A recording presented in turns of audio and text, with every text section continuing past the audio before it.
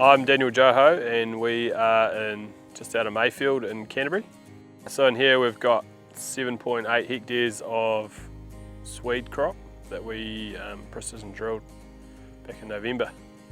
I think this crop stood out just for the fact it is so even. We had a really good strike.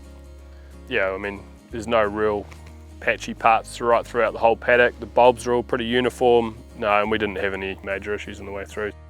The farmer rep relationship's important because you have to put trust in your rep to deliver a good outcome. It is really important for our business that we put our trust in Big Brent to show up and make sure that things happen at the right time. Yeah, so looking at the farming system and picking out a poor performing grass crop was probably the main decision here. It wasn't performing to what we needed and we wanted to rejuvenate it. So we needed also to put some winter feed in, so yeah, Swedes was our option. I guess my role in growing the crop is just advising where we can, sowing date timings, fertiliser to use and then herbicide options from then on is probably the main things that we can control. Environment we can't do too much about, but we had a good growing season and timely fertiliser applications also help get the yield to where it is. Dan's got a lot of trust in us to do our job, so yeah, it's a pretty seamless relationship that we run.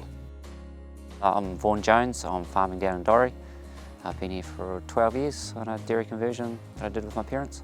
This paddock of fodder beet, Geronimo is a variety. I planted it with advice from Dan Copeland at PGG. Why this crop stood out in the competition, I would say the tops, because the average fodder beet crop as you drive past looks terrible. You know, weed control. The poor tops get a hard time from everything and anything, slugs, aphids, disease. I believe if you can get that top crop to grow well at this time of year, it's great for the protein, for your animals. And you got to pull different skill sets in. You've got fertiliser, cultivation, you know, sprays, and insecticide, herbicides. The tops are very important for me for nutritional reasons and also just the yield on top of a great beet. It does me very well. I find having a good relationship with my rep at PGW is very important for the crop overall. We put a lot of trust in them. You know, one paddock is worth a lot of money, and when you've only got one paddock of beet on your platform, it has to work. Yeah, you do rely on your rep, and there's quite a bit of money spent.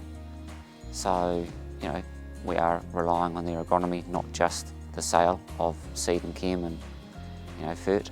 It's great to have a helping hand, not just across one crop, across many.